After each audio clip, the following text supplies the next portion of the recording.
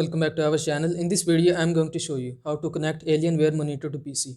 If you find the solution of your problem, then watch the video till the end so you cannot miss any important step. And if you find this video helpful, so please consider subscribing our channel for more this type of content. If you want to connect Alienware monitor to PC, then we need to follow some steps. If you want to connect any monitor to your PC, then these are the general steps for that.